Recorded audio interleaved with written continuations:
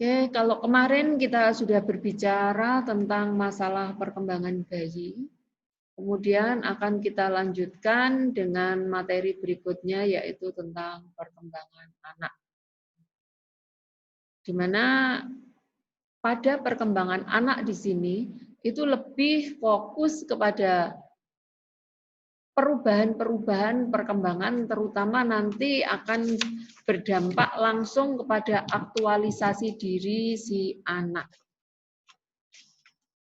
Jadi kalau tadi pada masa bayi itu lebih bagaimana dia itu dasar ya, dasar pembentukan kepribadian pada masa yang akan datang, dan yang akan datang yang terjadi adalah bagaimana apakah anak ini bisa membentuk aktualisasi diri atau tidak. Kalau kita bicara tentang psikologi anak, di mana psikologi anak ini merupakan fenomena psikologis dari usia prasekolah dan usia sekolah anak. Jadi di sini kita mempersiapkan anak-anak sebelum dia masuk sekolah. Usia prasekolahnya ini matang. Di sini dibutuhkan perkembangan anak dengan pola perkembangan dengan aspek-aspek perkembangan tertentu. Yang diharapkan di sini ada lingkungan, ya. Anak mampu mengeksplor lingkungannya dengan baik sehingga dia mempunyai pengalaman. Nah, pengalaman inilah yang akan menjadi memori bagi psikologi anak di masa yang akan datang. Hasil perkembangan ini juga akan mengisi pada memori anak pada perkembangan yang akan datang. Pada hasil perkembangan ini berpengaruh ya, pada proses perkembangan, kemudian lingkungan dan pengalaman ini harus dititik beratkan ya, lingkungan. Makanya tadi ada pertanyaan teman Anda, bagaimana anak dengan pernyataan dari slide teman Anda tadi, bahwa anak yang dengan jarak yang tidak ideal, itu dia mempunyai potensi anak ini menjadi anak yang pasif di masa yang akan datang. Karena apa? Karena dia kurang stimulasi, terutama dari orang tua. Begitu juga orang tuanya di rumah, tetapi dia lebih fokus pada pekerjaannya dibanding dengan ngopeni anaknya. Ini juga akan menyebabkan nanti pengalaman psikologis anak ini juga menjadi terhambat, sehingga anak ini juga akan menjadi anak yang pasif. Sama seperti kemarin, pada psikologi bayi, di mana bayi ini juga meletakkan dasar pada kemampuan bicara, prabicara. Apabila prabicara ini lebih memuaskan dibanding dengan bicara, dia akan menjadi malas untuk bicara. Berbeda kalau prabicara ini selalu direspon. Jadi kalau istilah anak dibikin kagul, dia udah berusaha untuk ngomong, ya tapi nggak ada yang merespon. Ya, akhirnya dia lebih baik diam daripada ngomong tapi nggak ada yang merespon, lingkungannya nggak ada yang merespon, dia nggak punya pengalaman yang menarik dalam hal bicara, sehingga anaknya kedepannya malas untuk bicara. Kemudian juga perilaku anak manusia itu unik, dia mempunyai perilaku yang berbeda-beda. Dia juga mempunyai karakteristik, ya setiap usia itu ada perubahan-perubahan.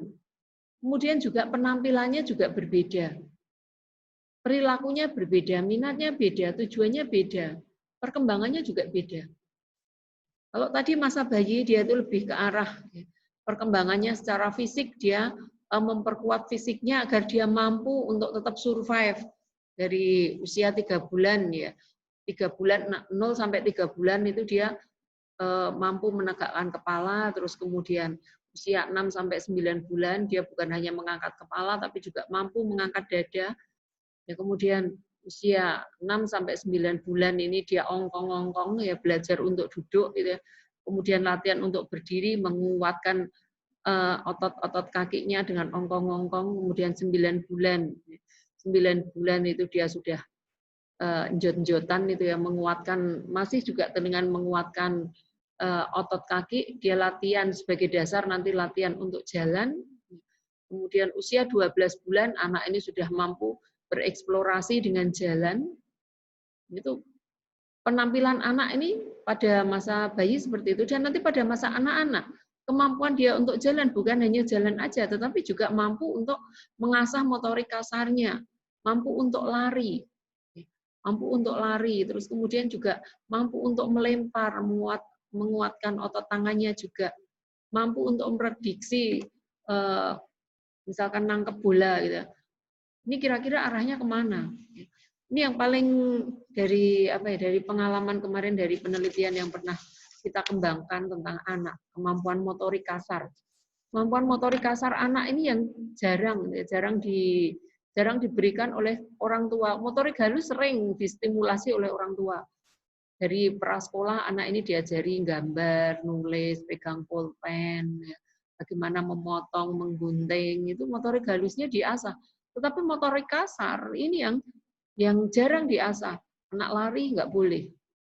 Nanti jatuh, Dek. Dia hati-hati, Dek. Jangan lari, Dek. Kemudian ngajari ngelempar bola ini juga jarang. Padahal ngelempar bola itu ngajari anak titis. Dalam arti apa? Di sini bukan hanya masalah dia titis aja, tetapi dia memprediksikan kira-kira saya harus berbuat apa? Kalau ada kayak gini, saya harus gimana? Saya harus kemana? Saya harus arah saya untuk nyelesain masalah itu bagaimana? Bukan hanya sekedar nangkep bola, tetapi dia juga di sini adalah belajar untuk konsentrasi. Sehingga anak itu besok juga mampu mempunyai kemampuan konsentrasi tinggi. Dibandingkan dengan anak yang tidak diasah motorik kasarnya. Jadi bukan hanya motorik halusnya, gambar itu juga ngasih menggambar pada anak prasekolah itu juga melatih konsentrasi, melatih konsentrasi supaya kalau nanti dia sudah gede dia mampu berkonsentrasi dalam jangka waktu lama itu kalau gambar. Tapi kalau motorik kasar menangkap bola seperti olahraga namplek, badminton itu walaupun anak ini belum bisa namplek badminton atau nangkep bola gitu ya. Tapi anak di sini dia belajar bagaimana dia harus memperlakukan orang lain, belajar bersaing juga ya. Permainan dengan motorik kasar, dia lari, balapan lari walaupun dia jatuh. Dia belajar bagaimana dia bersaing, bahwa hidup itu keras, bahwa hidup itu tidak mudah. Dia harus belajar bagaimana caranya dia untuk menang, dia supaya bisa survive. Tiap anak itu mempunyai mempunyai perkembangan yang harus diasah sejak dini. Kemudian juga dari penampilan anak usia bayi, usia bayi itu lucu, imut, terus kemudian pada usia 2 tahun dia itu cenderung pendek ipel-ipel gitu ya. Pendek ipel-ipel, tapi nanti dia masuk usia prasekolah ya nanti sudah mulai modot ini anak. Sudah mulai kakinya panjang. Tapi kalau usia 2 tahun itu antara badan dan kaki itu proporsinya sama. Sehingga rasanya bocah usia 2 tahun ini kayak apa ya? Kayak kartun kecil gitu ya. Jadi proporsinya ipel-ipel cilik lucu gitu ya. Terus kemudian juga di sini pada psikologis anak ini diasah juga bagaimana anak ini mampu fokus. Fokus nanti pada usia pra sekolah sampai dengan usia sekolah. Nah, fokus itu berasal dari mana? Dari latihan, dari stimulasi. Stimulasi dari mana? Dari lingkungannya dan dia mendapatkan pengalaman. Karena kalau dia mampu fokus sejak usia prasekolah, nanti dia juga akan bisa fokus sampai dengan nanti dia usia remaja. Jadi di sini dibutuhkan dibutuhkan suatu hal, terutama orang tua untuk bisa menyesuaikan bagaimana agar dia mampu membimbing anaknya mempunyai pengalaman yang menarik, bukan pengalaman yang pengalaman yang membuat dia justru tidak senang. Motivasi yang kuat. Anak ini diajar untuk mempunyai motivasi yang kuat. Belajar untuk mempelajari masalah. Belajar untuk menyesuaikan. Ini pada masa anak-anak. Setelah dia masa bayi, dia harus diajari untuk ini. Belajar untuk punya motivasi. Seperti tadi, yang jarang diajarkan oleh orang tua itu lari. Ya, lari, konsentrasi, nangkep. Lari di sini adalah dia bagaimana agar anak ini mampu punya motivasi kuat untuk meraih kemenangan. Olahraga, ya olahraga ini juga jarang diberikan kepada anak. Kalau orang tuanya senang olahraga biasanya anaknya senang olahraga, dan mereka yang suka olahraga itu biasanya mempunyai motivasi yang kuat, motivasi yang kuat untuk bisa menyelesaikan suatu masalah. Berbeda dengan mereka yang nggak suka olahraga, biasanya ya ngalir aja gitu. Tapi mereka yang suka olahraga itu mereka terbiasa bersaing. Bagaimana agar aku bisa menang, walaupun itu hanya permainan, ya bukan lomba yang beneran. Tetapi di sini melatih agar anak ini punya motivasi agar dia bisa tetap survive. Dia juga belajar, anak ini mempelajari masalah walaupun tadi hanya dengan nangkep bola. Dia konsentrasi, tapi dari situ dia, oh ini ada masalah, ini datang dari arah kanan. Kalau arah kanan aku harus gerakan ke kanan. Ya, tanganku nanti juga akan mengarah ke kanan. Bagaimana tangan ini menangkap bola dengan benar. Ini bukan hanya masalah sekedar nangkap, tetapi juga belajar agar anak ini mampu menyesuaikan. Ada ancaman datang dari kanan, orang mau melempar bola arah dari kanan. Anak ini coba lihat, diajari, Dek, ini ayah ini mau melempar dari sebelah kanan. Ayo adik agak geser ke kanan. Jangan hanya sana loh Dek, sana loh Dek. Nggak cukup hanya itu. Tetapi ajari bagaimana kalau ada arah datang serangan dari kanan, dia pun harus bergerak ke kanan. Dia harus mampu menyesuaikan dengan perkembangan masalah. Sehingga kedepannya anak ini mampu untuk melihat suatu potensi masalah. Oh, kalau ada masalah seperti ini, aku harus mengatasi masalah dengan cara apa? Bukannya ada masalah dari kanan, malah dia larinya ke kiri. Akhirnya dia nggak mampu menyelesaikan masalah. Ini hanya apa ya, pelajaran sekedar nangkap bola, tetapi selalu ajarkan kepada anak alasan. Alasan kenapa dia harus bergerak ke kanan. Adik, larinya jangan di sebelah situ, nanti nyenggol temennya. Nanti nyenggol temennya. Ajari, kenapa dia nggak boleh larinya sebelah ke sana. Ya. Adik larinya sebelah sini agar nggak nyenggol temennya, nanti biar adik bisa menang. Sehingga dia mempunyai motivasi, mampu menyesuaikan. Kemudian pada beberapa perkembangan, ini ada beberapa yang sulit. Ada masa-masa sulit pada masa anak-anak, terutama di sini adalah masa tantrum.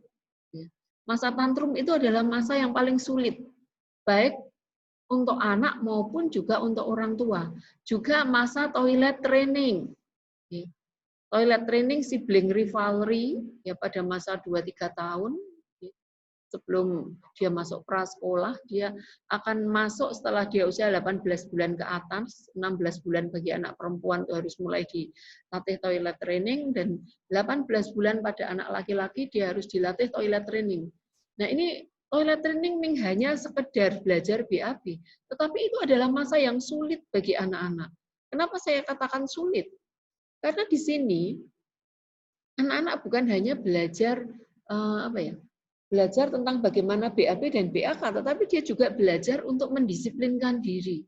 Dasar anak ini disiplin atau tidak, itu dasarnya dari masa toilet training. Toilet training.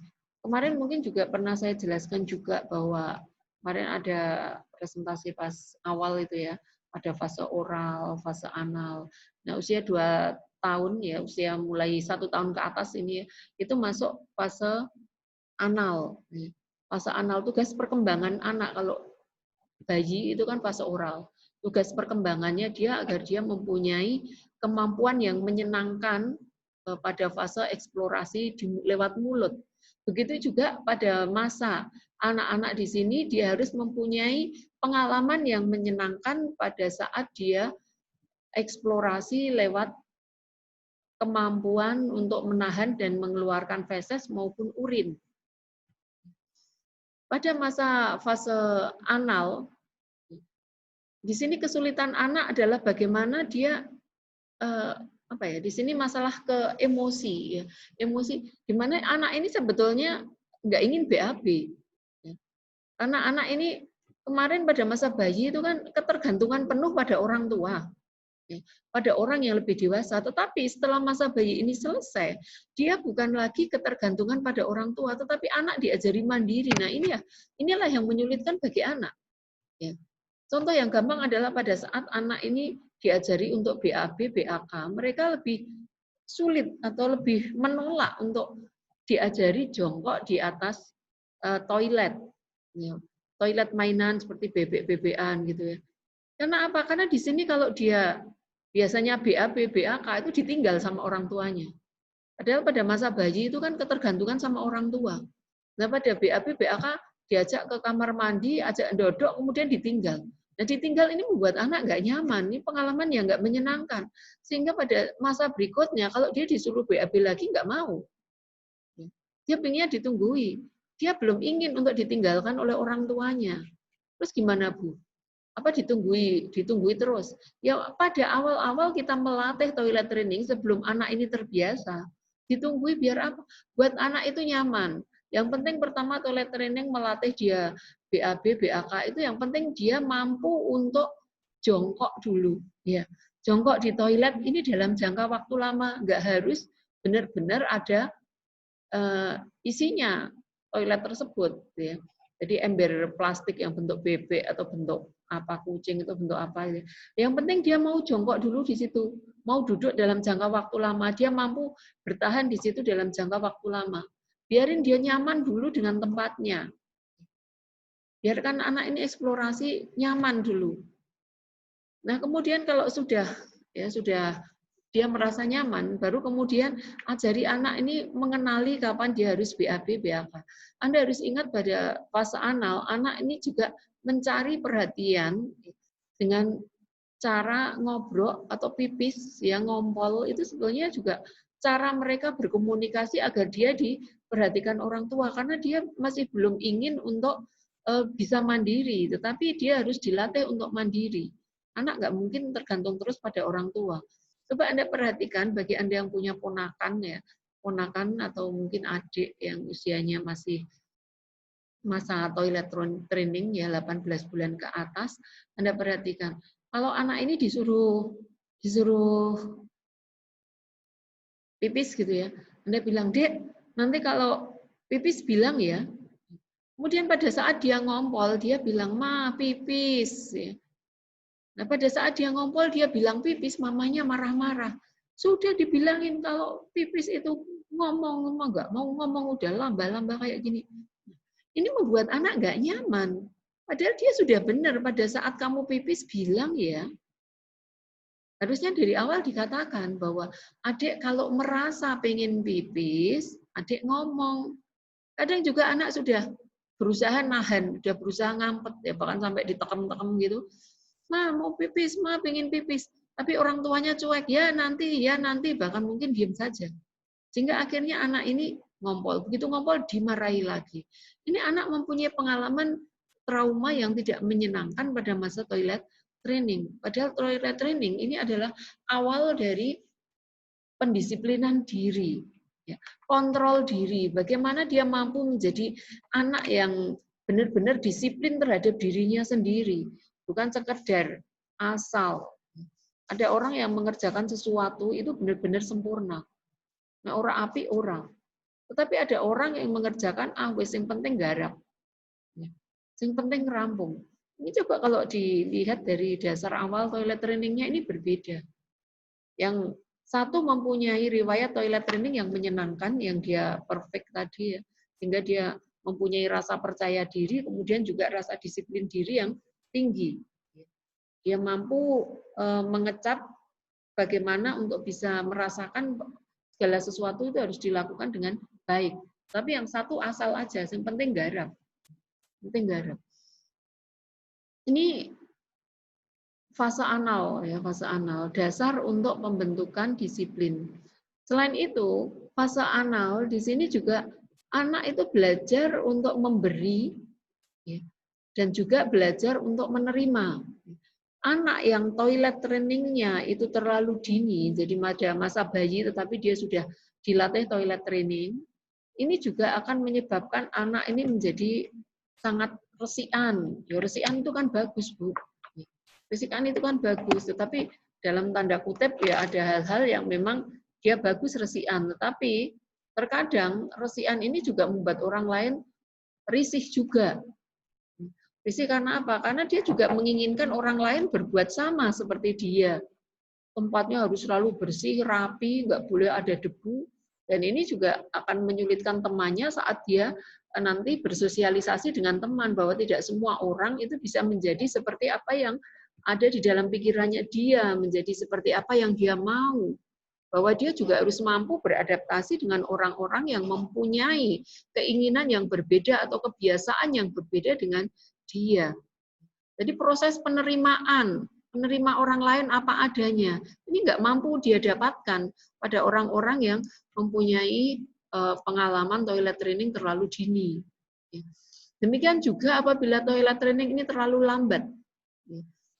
Kalau toilet training terlalu lambat, ya kalau tadi resian ya, ini kebalikannya. Dia ceroboh.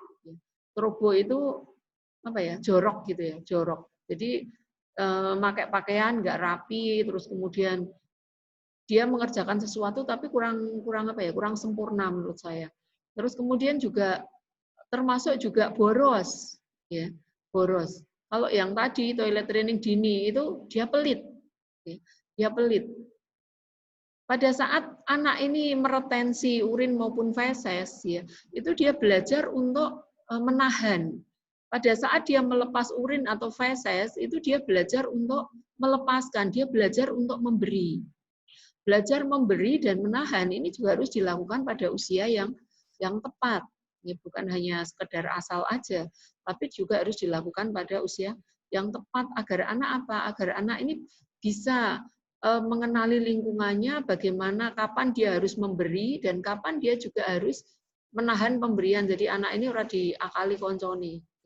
Kan memberi itu bagus, iya bagus, tetapi kewaspadaan anak, ya, kewaspadaan anak nanti pada masa dewasa, di situ dia juga harus bisa melihat apakah dia itu hanya dimanfaatkan orang, ya, kewaspadaan dia, apakah dia hanya dimanfaatkan orang ataukah dia mampu membaca bahwa kalau aku dimanfaatkan aku harus apa?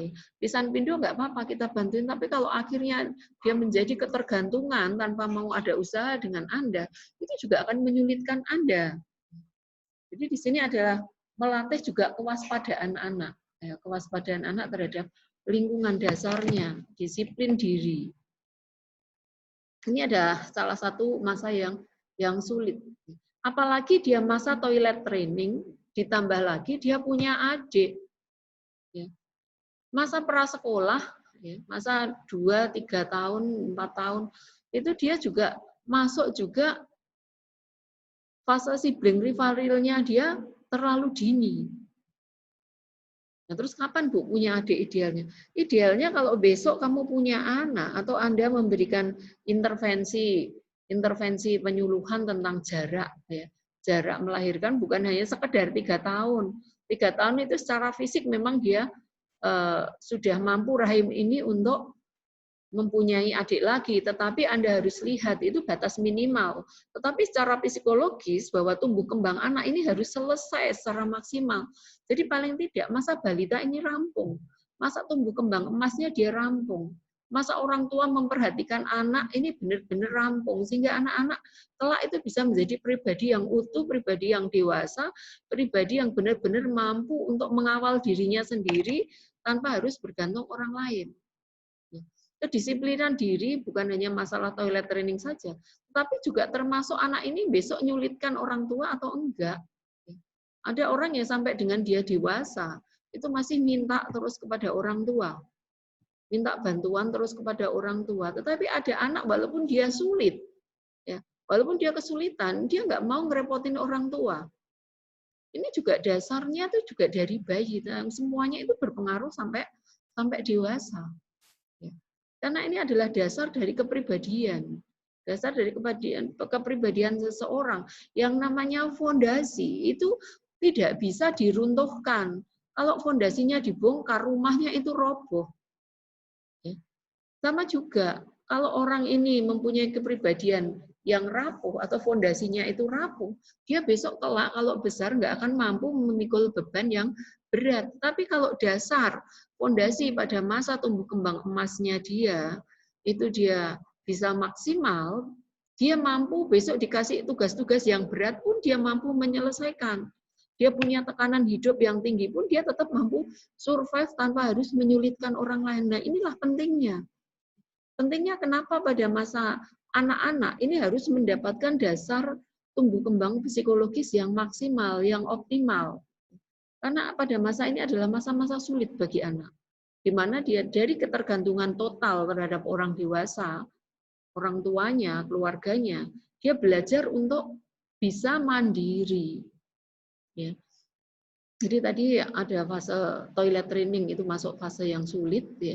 Termasuk juga masa sibling rivalry, di mana dia belajar bersaing, bersaing dengan orang di keluarganya, adiknya sendiri, kakaknya sendiri, ya.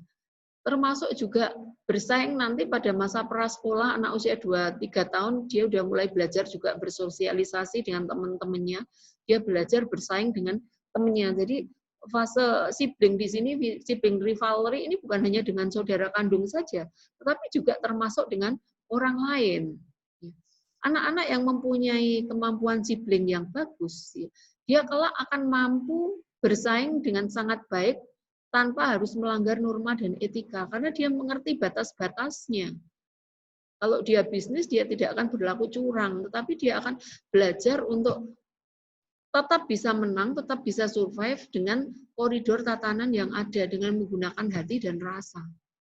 Bukan dengan jalan mati rasa.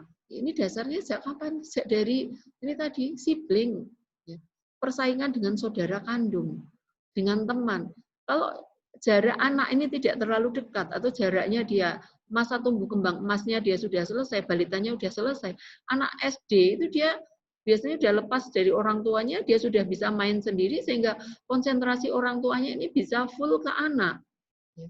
Tidak seperti tadi, kalau jarak anak terlalu dekat, ya, akhirnya menyebabkan mereka itu rebutan mamah, rebutan ibu. Sehingga akhirnya anak ini menjadi pasif. Karena dia saingan pun nanti orang tuanya mengonone marah. Nah, orang tua yang marah di sini itu akan menyebabkan anak frustasi. Anak frustasi cenderung nggak kreatif. Cenderung nggak kreatif, dan selain nggak kreatif, anak ini juga mudah patah semangat. Jadi masa sulit, ya, masa sulit bagi anak tadi ada masa dia toilet training, masa sibling, ya. Terus ditambah lagi, ya, anak di sini juga mempunyai kemampuan dan dituntut untuk bisa mampu bersosialisasi dengan teman, bukan hanya dengan saudara kandung. Makanya kalau Anda melihat dari urutan anak itu mempunyai ciri-ciri yang spesifik, yang khas. Di mana anak pertama itu biasanya anaknya pinter, karena dia mendapat stimulasi yang full dari orang tua dengan gizi yang bagus dari orang tua, tetapi biasanya anak nomor 1 ini kurang peduli dengan orang lain. Karena apa? Karena dia sudah terbiasa mendapatkan limpahan kasih sayang. Dia tidak diajari bagaimana dia menyayangi, ya, memberikan imbal balik. Dan anak kedua ini biasanya anaknya lebih kreatif. Dia mempunyai teman yang banyak. Biasanya kecerdasan sosialnya tinggi. Dan dia kreatif. Dia mampu menjalin hubungan dengan banyak orang. Kalau anak pertama itu biasanya kemampuan menjalin hubungan dengan banyak orang, relasinya nggak begitu bagus seperti dengan anak kedua. Terus kalau anak ragil, ya, anak ragil ini juga ketergantungan dengan orang tuanya tinggi, sehingga dia juga mudah stres. Tapi kalau anak pertama biasanya nggak begitu mudah stres, walaupun dia stres karena dia juga udah belajar bersaing dengan adiknya sejak dari kecil. Biasanya dia tetap mampu mengatasi masalah, dan biasanya anak pertama ini juga dituntut beban yang tinggi. Walaupun dia stres, tetapi biasanya stresornya ini mampu ditekan dan dia mampu mengatasi. Beda dengan anak yang bungsu. Anak yang bungsu ini biasanya dia mempunyai ketergantungan yang tinggi pada orang tuanya, kemudian dia juga di dalam kemampuan mengatasi masalah, ya, walaupun dia mampu untuk menahan, tetapi dia sebetulnya rapuh, ya, secara psikologis dia rapuh. Ini secara umum, ya, walaupun aku orang ngono, ya, itu spesifik karena setiap manusia itu unik, ya, dengan pertumbuhan lingkungannya masing-masing. Tetapi tadi harus diperhatikan, ya, kalau bisa besok Anda punya anak, biar masa balita itu selesai, biarkan anak Anda mendapatkan yang terbaik dari yang Anda mampu. Anda nggak kerja, aku besok ngedeki anak wae. Anda ngedeki anak, tetapi Anda lebih fokus ke pekerjaan rumah tangga, Anda fokus bagaimana caranya Anda cari duit tambahan, anaknya terabaikan, ya percuma. Kenapa nggak mending Anda kerja aja? Daripada Anda besok mengabaikan anak. Kalau Anda memang mau fokus, ya total fokus, ya fokus ke anak Anda. Terus kemudian, karena manusia itu unik, ya, sulit untuk bisa menelusuri perkembangan dengan gambaran yang lengkap. Karena masa lalu tiap orang itu berbeda-beda. Ya. Tetapi bisa disimpulkan garis besarnya, walaupun tidak sama persis.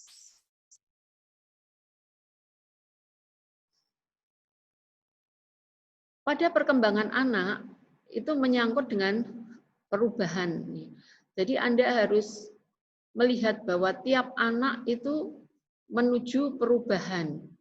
Dan perubahan tersebut itu harus berkembang dengan realisasi diri. Dalam arti apa realisasi diri di sini adalah anak itu real mampu melihat dirinya sendiri, mau melihat kemampuannya dia itu seperti apa. Dan itu yang diasah dikembangkan. Jadi anak mampu membaca lingkungan. Kalau ada lingkungan seperti ini, aku harus seperti apa. Kadang Anda sering mendengar orang tua itu ada yang senengnya menang ke anaknya. Pada saat dia bermain, anaknya dimarahi sama temennya, orang tua tersinggung. Ini terutama kalau punya anak pertama gitu ya. Anaknya kena kesenggol. Kalau anaknya kesenggol, orang tuanya marah. Biarkan anak ini bersaing. Tetapi biarkan juga anak ini sekali kalah dan sesekali dia juga menang. Kalau misalkan anak ini rebutan mainan usia 2 tahun, dia belajar bersosialisasi, kemudian dia rebutan mainan sama temennya. Anda bisa lihat durasi mainannya ini, ada perkembangan anak, memang anak ini dia sukanya bermain, ya bermain bergerombol, tetapi dia bermain sendiri-sendiri. Nah, setelah masuk prasekolah, setelah dia bermain sendiri-sendiri, baru kemudian dia bermain bersama, bergerombol, tetapi saling berinteraksi.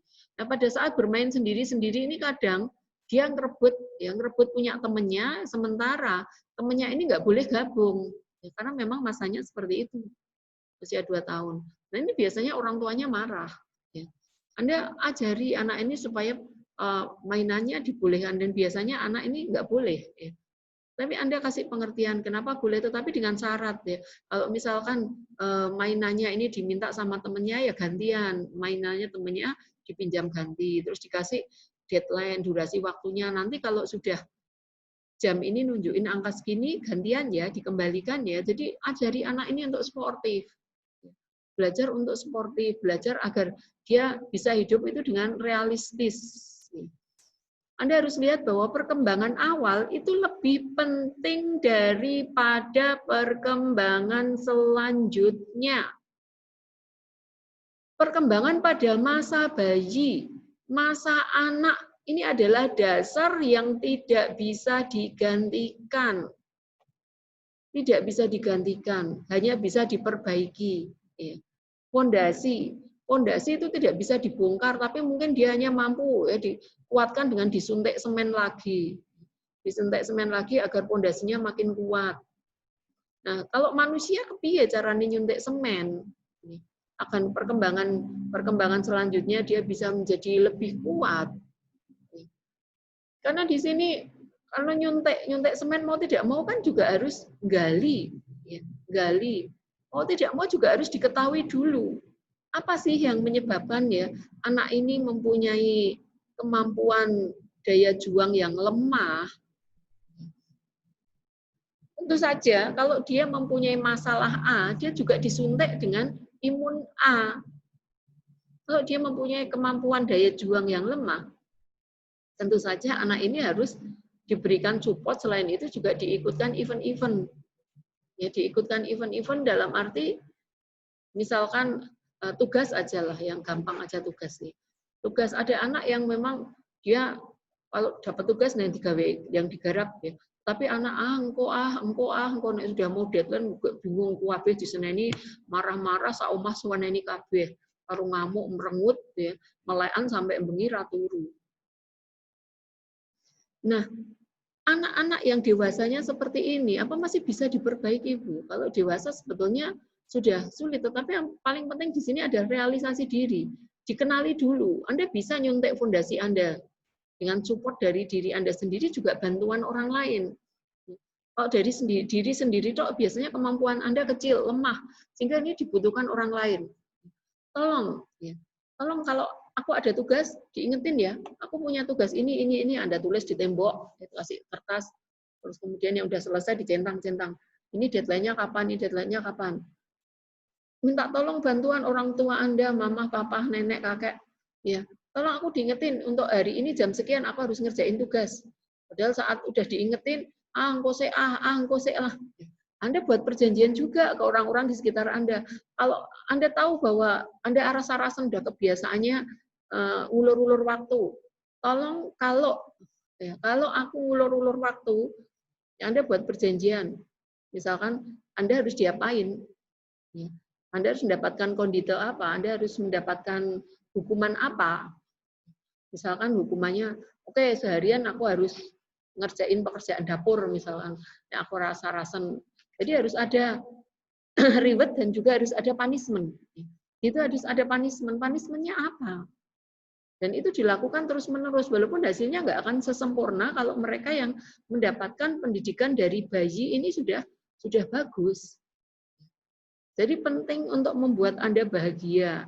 Makanya kalau Anda besok misalkan menikah, Anda memang belum mengerti tentang tumbuh kembang anak, Anda belum bahagia, yang penting Anda nyaman, Anda harus belajar kenali diri Anda sendiri, apa yang harus Anda lakukan agar anak Anda besok bisa menjadi anak yang mampu realistis dan mampu mengikuti tumbuh kembang selanjutnya itu dengan baik. Perkembangan itu timbul dari interaksi kematangan belajar dan kematangan menetapkan batas bagi perkembangan. Jadi matangnya itu dari apa? Dari belajar. Belajar itu dengan cara apa? Stimulasi. Stimulasi yang terus-menerus. Jangan bosan untuk memberikan stimulasi kepada anak. Jangan hanya konsentrasi dengan diri sendiri kalau Anda besok sudah berkeluarga. Atau Anda memberikan konseling pranikah kepada pasien-pasien Anda. Berikan konseling bagi ibu-ibu hamil agar dia lebih, besok kalau dia melahirkan, dia bisa lebih fokus ke bayinya daripada fokus ke dirinya sendiri. Karena bayi ini adalah investasi masa depan. Nah, ini harus mampu menetapkan batas-batas. Jadi tugas perkembangan, tugas perkembangan itu yang harus diselesaikan itu apa? Fase oral harus terlampaui dengan baik. Fase anal, batasnya kalau dia sudah masuk fase anal, fase oralnya itu sudah nggak ada lagi. Tapi kenyataannya Anda sampai dewasa pun, Anda masih suka gigit jari, Anda masih suka nggak sengaja, karena sudah menjadi pola. Setiap kali Anda merasa nggak nyaman, Anda gigit pulpen, gigit sesuatu yang Anda gigit, itu menunjukkan bahwa pada fase oral Anda itu, fase oralnya mengalami veksasi. Terus kemudian pada saat Anda stres, Anda kepoyoh. Coba Anda perhatikan, perhatikan setiap kali misalkan Anda di asrama, terus kemudian diajak sama teman Anda punya kebiasaan, saya tak pipis. Itu sebetulnya refleksi dari stres. Refleksi dari stres setiap Anda mau pergi, aku tak pipis. Itu sebetulnya refleksi daripada masa lalu Anda tidak mempunyai kemampuan kontrol pada fase anal yang baik. Anda mengalami fiksasi pada fase anal. Sehingga fase anal nggak terselesaikan secara tidak langsung, itu tumbuh kembali. Apalagi kalau Anda punya kemampuan menggigit, nggak sengaja Anda gigiti pulpen, setiap kali di kelas Anda pegang pulpen, kemudian dikemah-kemah, garap soal, nganggur, tangannya juga pegang pulpen, dikemah-kemah, ujungnya dikemah-kemah sampai entek, gitu ya. Ditambah lagi, setiap kali diajak temennya, Anda suka tak pipis sidik-sidik tak pipis ya. Itu menunjukkan bahwa sebetulnya Anda ada fiksasi pada dua fase yang lalu. Kalau Anda punya kebiasaan itu, tolong direfleksi lagi. Biasanya orang-orang yang ini tadi fase analnya mengalami fiksasi, dia cenderung kurang disiplin. Ibu, tapi saya loh Bu, disiplin yo kalau nganu tepat waktu. Oke, mungkin dari sisi tepat waktu Anda disiplin. Tapi coba Anda lihat dari cara kerja Anda. Apakah Anda terbiasa menulis ya? Nulis itu selalu tulisannya rapi dengan sense yang sama, ataukah setiap kali Anda mood-nya berubah, tulisanmu ikut berubah? Anda mood-nya bagus, tulisannya api. Mood-nya elek, rada orek-orekan. Itu juga masuk disiplin, ini hanya sekedar nulis. Pernah dulu ada kejadian askep itu gawe ke ya Mbak? Enggak Bu, saya bikin sendiri. Askep pirang-pirang kok tulisannya beda-beda. Dan ternyata dia mempunyai pengalaman, memang pada saat moodnya bagus tulisannya bisa bagus, moodnya jelek tulisannya jelek gitu ya. Dan ini adalah tanda dari bukti kegagalan pada fase anal. Jadi harus bisa menetapkan batas-batas perkembangan. Nah, ini tanggung jawabnya siapa? Tanggung jawabnya orang tua. Kalau udah terlanjur sampai dewasa, orang tuanya nggak ngerti, ini juga akan menyulitkan anak. Anak hanya nerima dampaknya aja. Terus kemudian pola perkembangan itu dapat diramalkan. Seperti yang dijelaskan tadi, ya bahwa usia 0 sampai 3 bulan, anak ini belajar untuk mengangkat kepala. Usia 3 sampai 6 bulan, anak ini belajar mengangkat kepala dan juga dada. 6 sampai 9 bulan bukan hanya kepala dada, tetapi juga kepala dada perut. Ya, belajar dia merangkak ongkong-ongkong, kemudian bukan hanya kepala dada perut, tetapi dia juga belajar mengangkat kepala dada perut dan juga kaki. Walaupun hanya dengan dipegangi, usia 9 bulan. Kemudian usia 12 bulan, dia bukan hanya mengangkat kepala, dada, perut, kaki, tetapi di sini dia harus mampu tanpa dipegangi. Jadi di sini sudah bisa diramalkan bahwa pada anak usia begini, anak harus mampu untuk melakukan itu. Dan itu harus dilakukan sesuai dengan petunjuk yang sudah ada. Ya, di buku KMS itu sudah banyak. Ya, sudah banyak petunjuk-petunjuk usia segini, berat badannya segini, normalnya segini, itu kan ada abang, hijau, kuning. Terus kemudian juga stimulasi, dia motorik halus, motorik kasar, sosial, bahasanya dia di situ juga sudah disebutkan. Nah, coba kalau besok Anda jadi bidan, ada anak yang datang ke situ, posyandu, Anda bukan hanya nimbang saja, tetapi juga dilihat motoriknya anak. Motoriknya anak, Anda coba cek, anak usia 3 bulan, ya dibawa ke posyandu, dia sudah bisa ini enggak, sudah bisa itu enggak. Oh dia sudah bisa semua, oh bagus Ibu, coba Ibu kembangkan. Dengan dilatih dengan usia yang 6 bulan ini Bu, di rumah Bu. Biar apa? Biar besok generasi kita itu menjadi generasi yang cerdas. Pola perkembangan itu punya karakteristik tertentu. Dan di sini berkesinambungan dan saling berkorelasi. Dalam asli dia enggak berdiri sendiri, tetapi akan nyambung pada masa berikutnya. Dia mengalami fiksasi atau ketidakmampuan pada bulan ini, itu akan berdampak pada kehidupan dia selanjutnya. Misalkan pada saat dia masa tumbuh kembang, dia mengalami diare, orang bilang, oh ngenteng-ngentengi, kok mesti bariki pinter. Ngenteng-ngentengi anak diare, itu sebetulnya bukan masalah dia ngenteng-ngentengi, tapi pada saat anak ini belajar, kemudian dia sakit, dia harusnya misalkan anak ini dia mampu untuk ongkong-ongkong, ya, tetapi saat itu dia diare. Tapi kan dia mampu ongkong-ongkong juga, Bu. Bukan hanya sekedar itu saja. Ya. Tapi pada saat diare ini anak ini mendapatkan kasih sayang dari orang tua ataukah malah orang tuanya sibuk marah-marah, orang didik ngubatke dan seterusnya. Seperti yang pernah kita kemarin kita explore ya, bahwa kemampuan anak untuk beradaptasi itu bukan hanya secara fisik saja, tetapi juga kemampuan anak beradaptasi secara psikologis agar dia diperhatikan. Ya. Agar dia diperhatikan, membuat dirinya sakit, agar apa? Agar orang tuanya itu dekat dengan dia, agar dia itu diperhatikan. Ya. Sebetulnya anak ini adalah anak stres, sehingga kemarin udah dibahas juga bahwa anak yang sokat-sakitan itu adalah anak yang tidak bahagia. Soalnya anak ini kurang pelukan, kurang kasih sayang, kurang dekat dengan orang tuanya. Entah itu riwayat di dalam perutnya ataukah setelah dia lahir. Dan ini akan berpengaruh terus apabila itu nggak mampu dia dapatkan atau dia dapatkan dengan cara itu, ya anak ini akan sakit setiap kali dia punya keinginan nggak tercapai. Agar apa? Agar keinginannya tercapai. Makanya jangan pernah untuk ngasih ribet kepada anak. Mari yo Dek, mari tak tukokke klambi. Ya. Akhirnya ini nanti akan terpola menjadi coping. Ya. Setiap kali dia punya keinginan, dia demam, sakit. Ya. Setiap nanti udah tercapai keinginannya, dia udah dibelikan, akhirnya dia sembuh.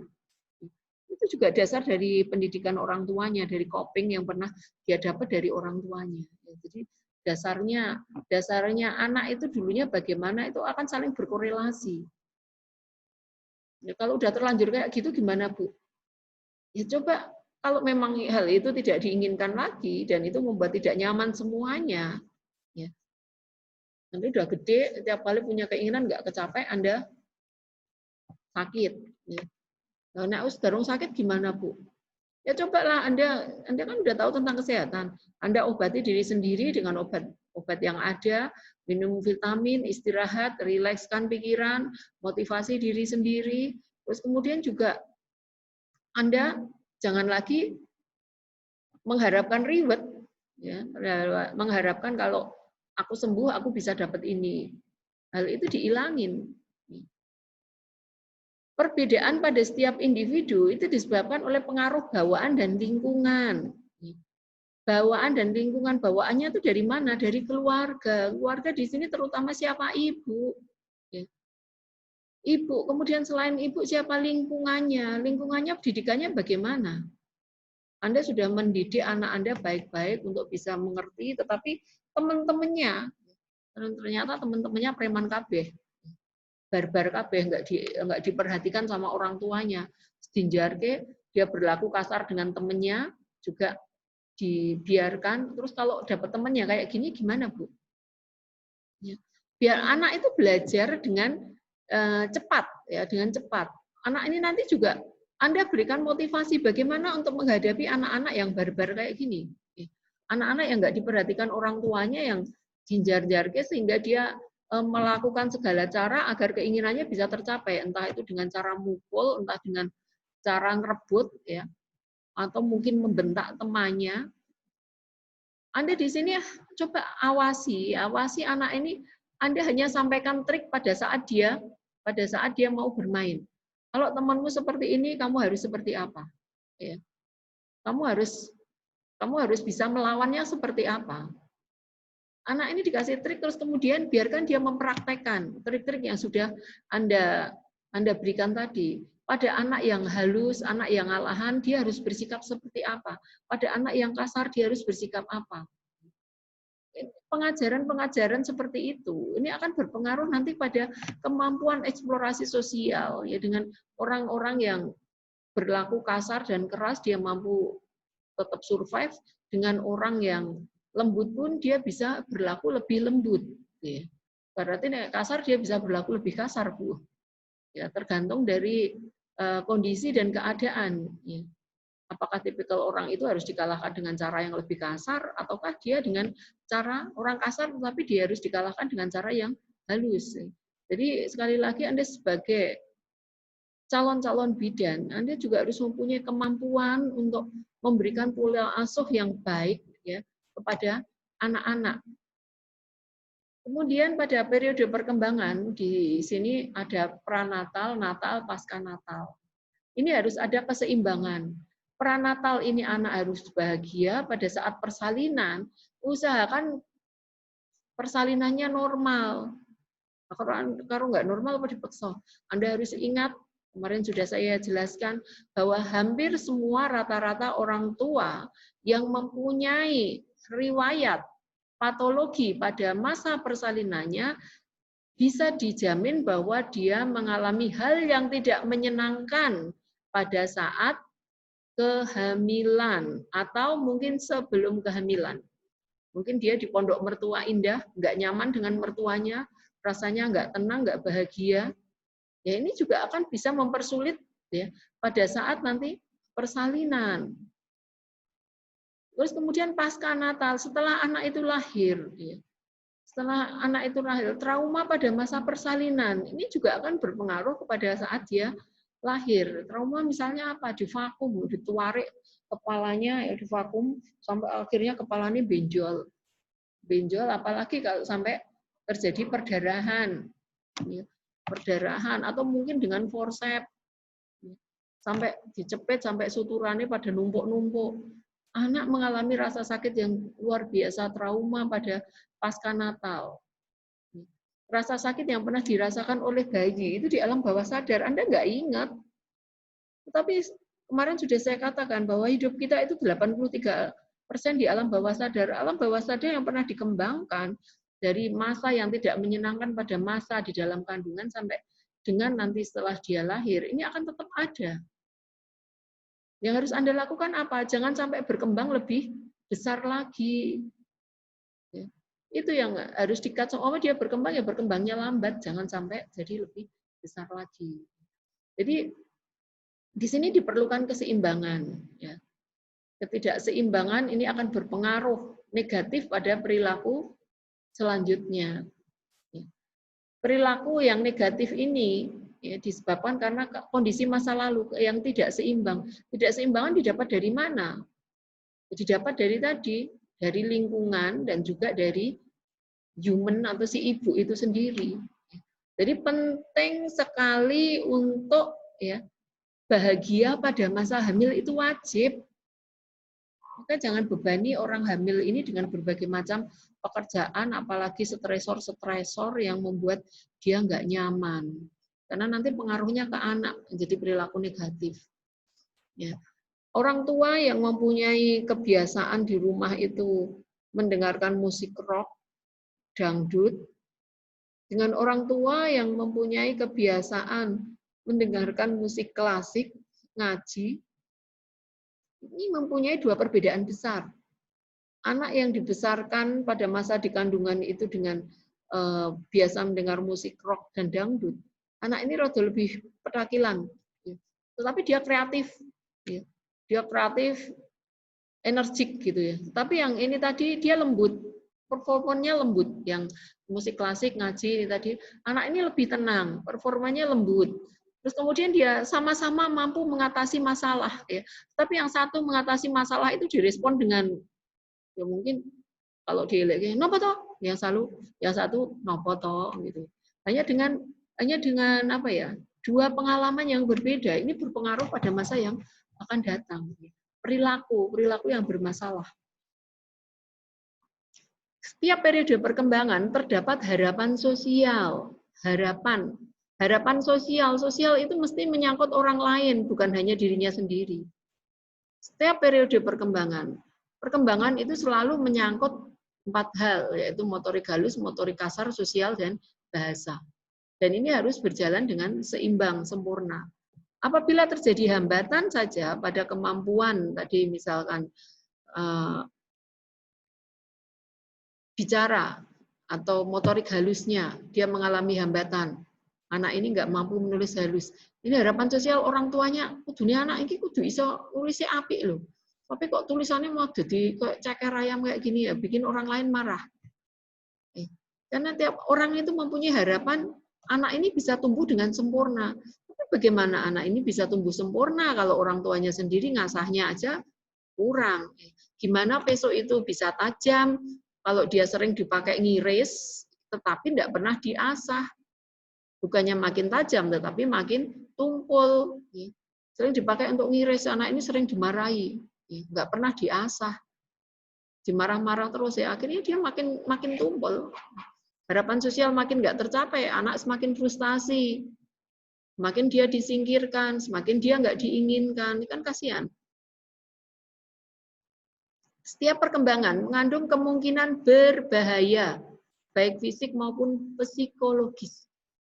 Kenapa dikatakan sebagai kemungkinan yang berbahaya? Karena setiap perkembangan ini harus dilalui anak dengan sempurna. Dan anak ini harus belajar dengan maksimal. Harus belajar dengan maksimal. Seperti tadi, dia latihan motorik kasar, anak latihan berlari, dia mempunyai potensi jatuh.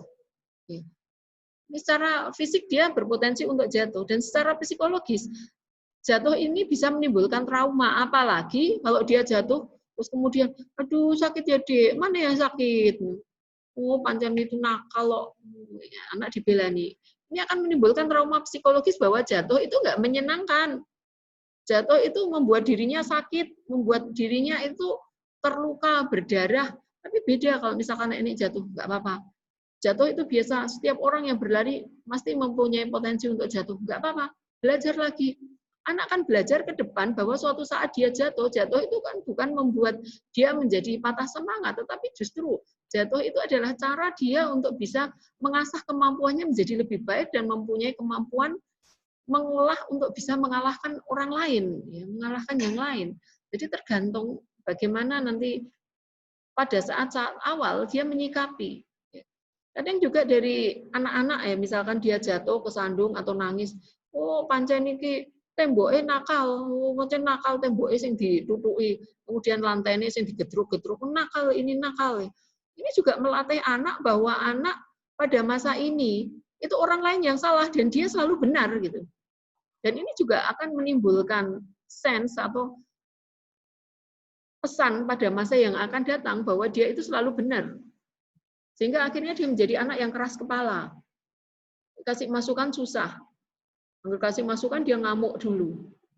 Karena apa? Dari pola asuh yang dari awalnya, dari kecilnya ini sudah memang ini ya, memang kurang benar gitu ya. Dan akhirnya menimbulkan bahaya pada masa ke depan. Saat anak marah, orang tua jadi lebih marah lagi. Pada setiap periode ya, perkembangan, kebahagiaan itu bervariasi. Dan tahun awal ini biasanya masa paling bahagia. Dan masa puber itu masa paling tidak bahagia. Nah, tahun awal ini di sini adalah biasanya paling bahagia dan memang harus ya, harus bahagia karena di sini adalah peletaan dasar. Jadi jangan pernah untuk menolak anak, apapun yang sudah diberikan diterima. Karena memang anak harus bahagia. Kemarin juga sudah kita singgung pada perkembangan bayi bahwa konsep anak itu cuma hanya ada bahagia sama tidak bahagia. Bahagia dia tersenyum, nggak bahagia, atau nggak nyaman, atau dia merasa ada sesuatu yang membuat dia nggak bisa melakukan yang dia inginkan, itu membuat anak nangis. Hanya mengenal dua hal itu. Bahagia sama tidak bahagia, udah itu toh. Dan semua anak harus mempunyai kewajiban untuk dibahagiakan. Agar apa? Agar dia mempunyai dasar perkembangan psikologis yang bagus. Karena perkembangan psikologis, sekali lagi 83% itu yang membentuk kita besok itu mampu hidup. Fisik kita ini baik atau tidak, karena fisik kita itu hanya sekitar 17%. Alam bawah sadar kita, psikologis kita 83%. Jadi keberhasilan itu tergantung dari psikologis. Psikologis yang nyaman, tenang, damai membuat Anda mampu untuk mengerjakan sesuatu. Anda stres, Anda nggak tenang, Anda nggak nyaman, itu sama juga Anda ngublak-ublak alam bawah sadar Anda. Semua yang pernah ada akhirnya muncul ke permukaan. Ketidakmampuan Anda yang dulu pernah terfiksasi itu akhirnya muncul semua. Sehingga diperlukan anak ini butuh kesehatan. Bebas dari gangguan fisik yang serius, memberikan konsep diri yang baik, penerimaan diri. Dari awal misalkan ada anak yang cacat, anak ini harus diberikan konsep penerimaan diri. Apapun kondisinya bahwa dia adalah anak yang istimewa, bahwa semua orang menyayangi dia. Kalau ada orang yang ngece atau ngelek-elek karena dia berbeda dengan yang lain, ini bisa diberikan pengertian bahwa sebetulnya bukan dia yang salah, tetapi orang tersebut yang tidak mengerti, menghargai orang lain. Ajarkan anak ini untuk bisa menerima dirinya sendiri. Wah, ini mripatku mata pandai, Mah. Irungku koyone kok elek to, Mah, jeber misalkan nih. Rambutku kok keriting. Ini menunjukkan bahwa Anda tidak punya konsep diri yang baik.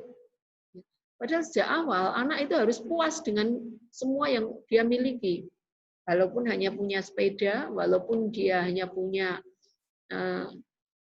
sepatu yang terbatas, baju yang terbatas, fisik yang terbatas, kulitnya ireng misalkan, nggak cantik misalkan.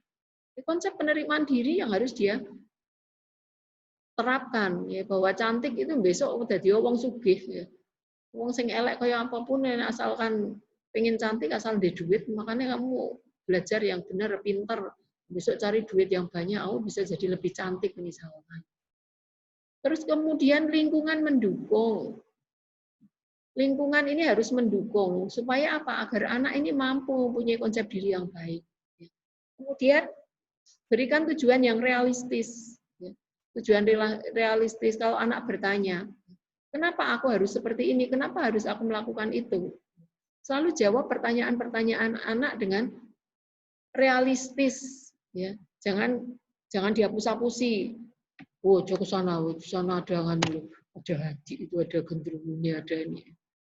Berikan tujuannya realistis. Kenapa nggak boleh ke sana? Berikan penjelasan. Oh, di sana itu berbahaya, bisa bikin jatuh nanti gelundung bisa nanti ya sakit nanti bisa luka. Kalau luka nanti bakteri masuk, nanti bisa jadi. Nah, jelaskan panjang lebar supaya anak ini bisa mengerti. Ya, dukung anak untuk mengerti dirinya sendiri. Dukung anak untuk bisa memahami diri sendiri. Kenapa dia sampai marah? Ya. Masa sulit yang lain itu adalah fase tantrum ya pada anak. Selain tadi toilet training, ya, terus kemudian sibling rivalry, kemudian juga masa tantrum. Pada masa tantrum di sini anak itu pada masa tantrum itu anak gukar PDW gitu loh, kemratu-ratu. Ya. Jadi semua yang dia inginkan itu dituruti. Di sini anak diajari untuk mengerti. Ya. Kenapa dia marah? Ya. Kalau dia marah, orang lain jadi seperti apa? Ajarkan anak bahwa marah itu nular. Jadi kalau dia berlaku agresif, orang lain itu justru akan bersikap lebih agresif dari dia. Ajarkan anak, pada saat anak marah, biarkan aja dulu. Nanti setelah anak ini tenang, baru kemudian ditanya. Atau dialihkan perhatian anak supaya anak ini nggak marah-marah. Ya, nanti setelah dia selesai marah-marah, kemudian ditanya, ajari anak, kenapa dia sampai marah? Apa yang harus dia lakukan? Ya, kasih dia penjelasan. Kenapa dirinya nggak boleh marah? Kenapa dia harus menahan diri? Ya, kenapa dia harus mengerti orang lain? Ini ajari anak untuk mengerti dirinya sendiri. Kemudian menanggulangi perilaku asosial anak tadi. Ini lebih ke arah fase tantrum tadi. Itu juga masa-masa sulit. Ini bukan hanya orang tua dan juga anak, tapi juga lingkungan. Nah, perilaku asosial anak tadi pada masa tantrum biasanya marah ya.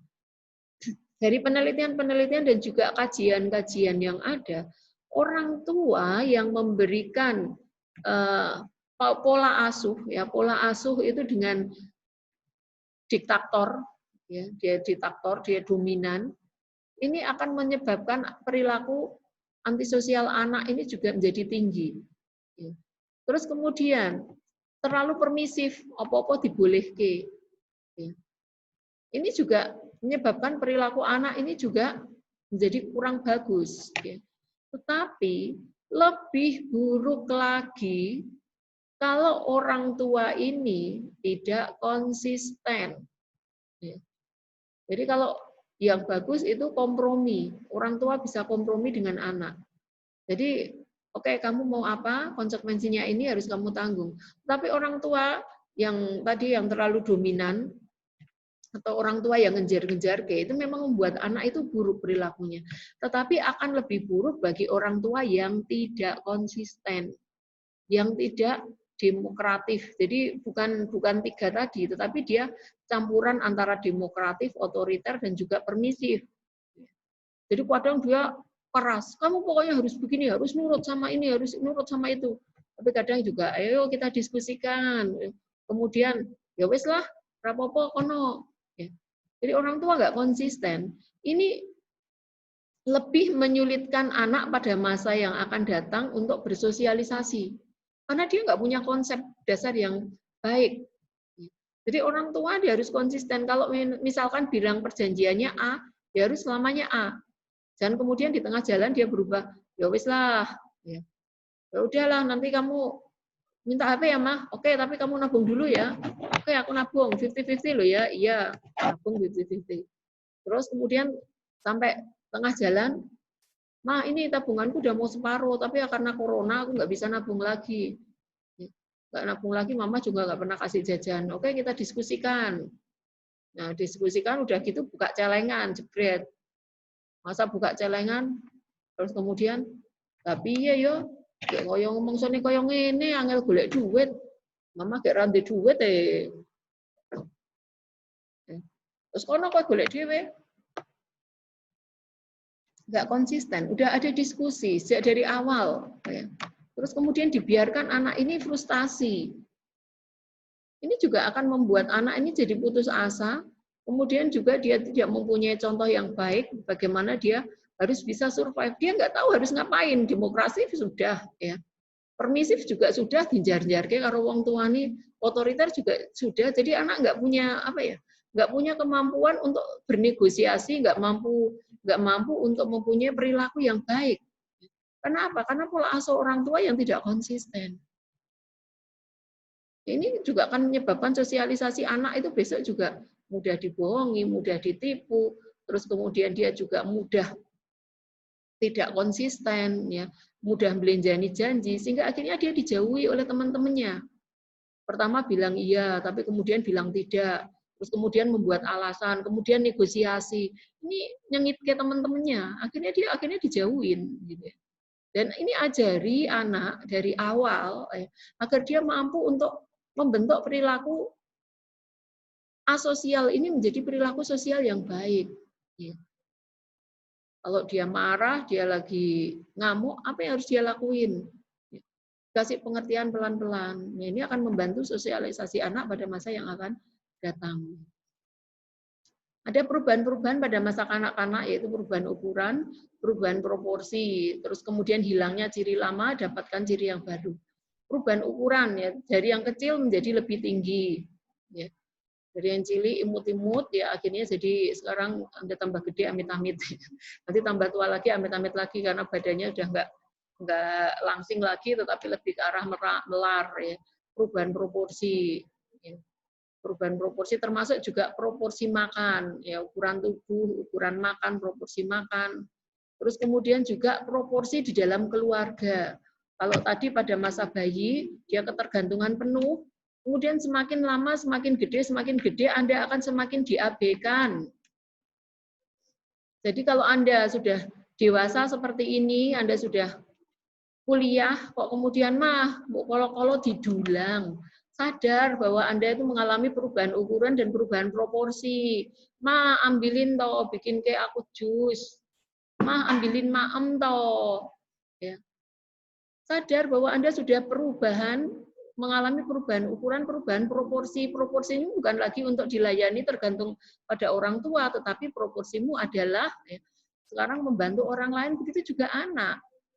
Anak juga diajari bahwa proporsinya dia itu sudah bukan lagi tergantung pada orang lain, tetapi diajari bagaimana dia belajar untuk membantu orang lain. Ciri-ciri lama ini akan hilang. Karena seperti yang kemarin pada masa bayi, refleks menghilang pada usia sekian. Anak juga sama. Dulu anak merangkak, tapi kemudian merangkak ini menghilang. Akhirnya dia bisa berjalan. Anda juga, harusnya ciri-ciri lama Anda itu juga menghilang. Anak juga sama, kalau dia masih usia prasekolah, ya, kemudian dia ngompol. Usia 4 sekolah itu harusnya anak sudah nggak ngompol. Karena apa? Karena toilet trainingnya dia sudah selesai. Toilet training selesai usia berapa? Ya, usia 18 bulan, atau juga yang mengatakan 2-3 tahun. 2-3 tahun, anak sesudah usia 3 tahun ke atas, ya usia 4 tahun, itu nggak seharusnya dia ngompol. Kalau anak ini sampai ngompol, coba dilihat lagi. Kalau dilihat lagi, apakah dia itu mengalami stres ataukah kedinginan, ya, sehingga akhirnya dia ngompol karena dia nggak selimutan misalkan, ataukah dia mempunyai beban pikiran yang nggak mampu dia ungkapkan, mungkin terlalu dimarahi, opo-opo ora oleh, ya, sehingga anak ini merasa tertekan, ataukah mungkin Anda yang udah gede tapi kadang-kadang masih ngompol juga, ya. Bilangnya ciri lama, harusnya anak usia prasekolah, ya, dia sudah jarang, apalagi usia sekolah, ya, dia harusnya sudah nggak banyak nangis. Ciri lama ini anak masih prasekolah, anak TK itu masih sok bengok-bengok, ya. Tapi nangis sudah mulai jarang. Tapi kok anak masa ini masih dia sidik-sidik apa-apa nggak diinginkan, ya. Ada fase tantrum itu biasanya senjatanya nangis sama ngamuk, marah, gitu ya. Anak ini diajari untuk mengatasi fase tantrumnya dia, untuk mengatasi masa sulitnya.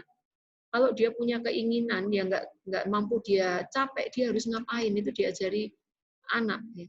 Misalkan dia ingin dibelikan mainan, ya, dibelikan mainan. Nah, bagaimana caranya agar dia bisa memperoleh mainan? Anak ini diajar ngerti kondisi orang tua. Apakah dilihat mamanya itu masih sibuk? Apakah ditanya mamanya itu punya uang? Ya.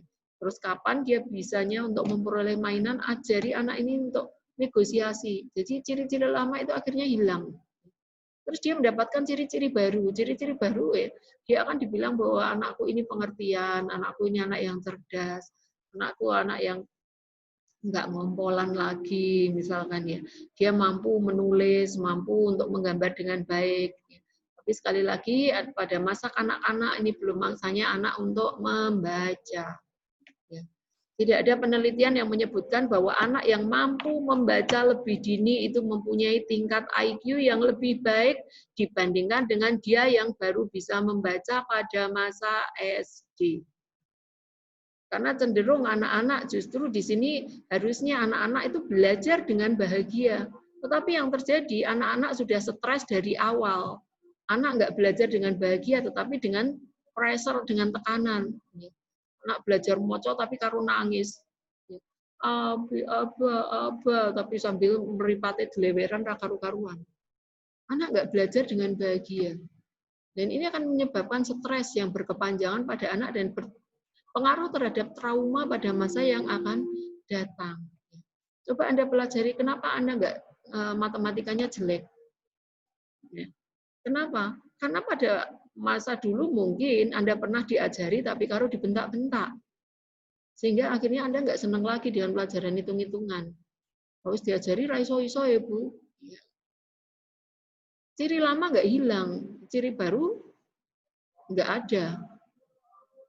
Ya, jadi untuk mendapatkan ciri yang baru harus hilangkan dulu ciri yang lama. Ajari anak ini untuk sadar, ya, bahwa di dalam dirinya itu ada perubahan-perubahan. Di dalam dirinya itu ada komposisi tubuh yang dulunya kecil menjadi besar. Ya. Kemampuan dia untuk bergantung pada orang lain ini juga semakin menurun dan dia harus menjadi semakin mandiri. Perlihatkan kepada anak bagaimana perubahan ini mempengaruhi perilaku mereka. Ya. Kalau dia sudah gede, ya dia harus mampu mandi sendiri, dia harus mampu ganti baju sendiri, dia harus mampu untuk nali sepatu sendiri, memasukkan kancing ke dalam bajunya sendiri, bersepeda tanpa harus dipegangi, terus kemudian bermain dengan teman-temannya, bersosialisasi dengan teman-temannya. Ajari bagaimana bahwa dia itu sudah berubah. Perilakunya pun harus mulai berubah. Bahwa dia juga mempunyai teman dan dia juga harus berubah demi teman-temannya. Berikan reward apabila dia berhasil merubah perilakunya dan berikan punishment apabila dia tidak mampu merubah perilakunya. Reward ini bisa berupa pujian, nggak harus selalu berupa uang atau makanan. Ya, punishment tidak harus selalu berupa pukulan. Ya.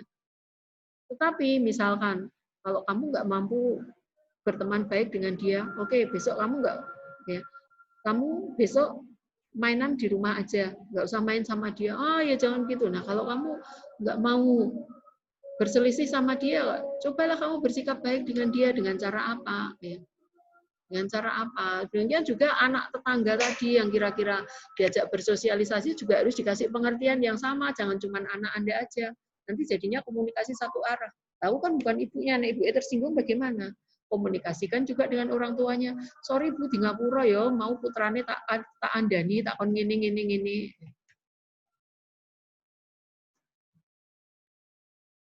Sikap sosial anak itu dipengaruhi bagaimana perubahan tersebut mempengaruhi penampilan anak.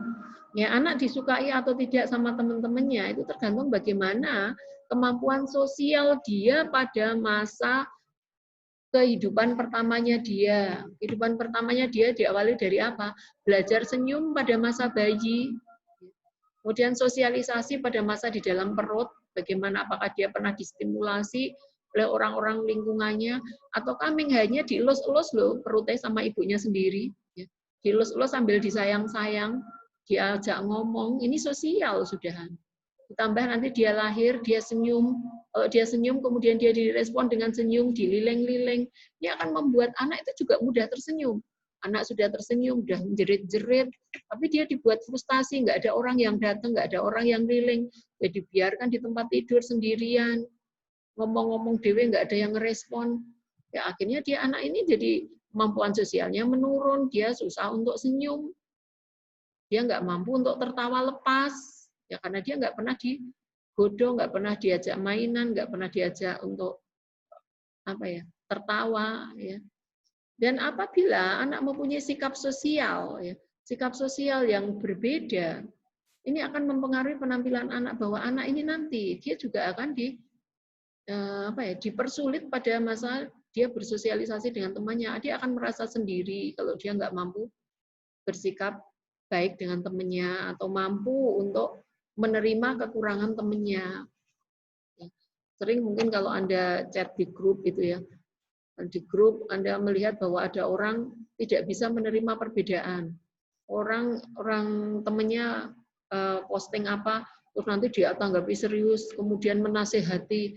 Orang wis podo tuwane kok saling menasehati, ngapain sih? Kenapa nggak lebih menerima perbedaan aja tanpa harus dikasih tahu pun, ya dia sebetulnya sudah mengerti. Ya.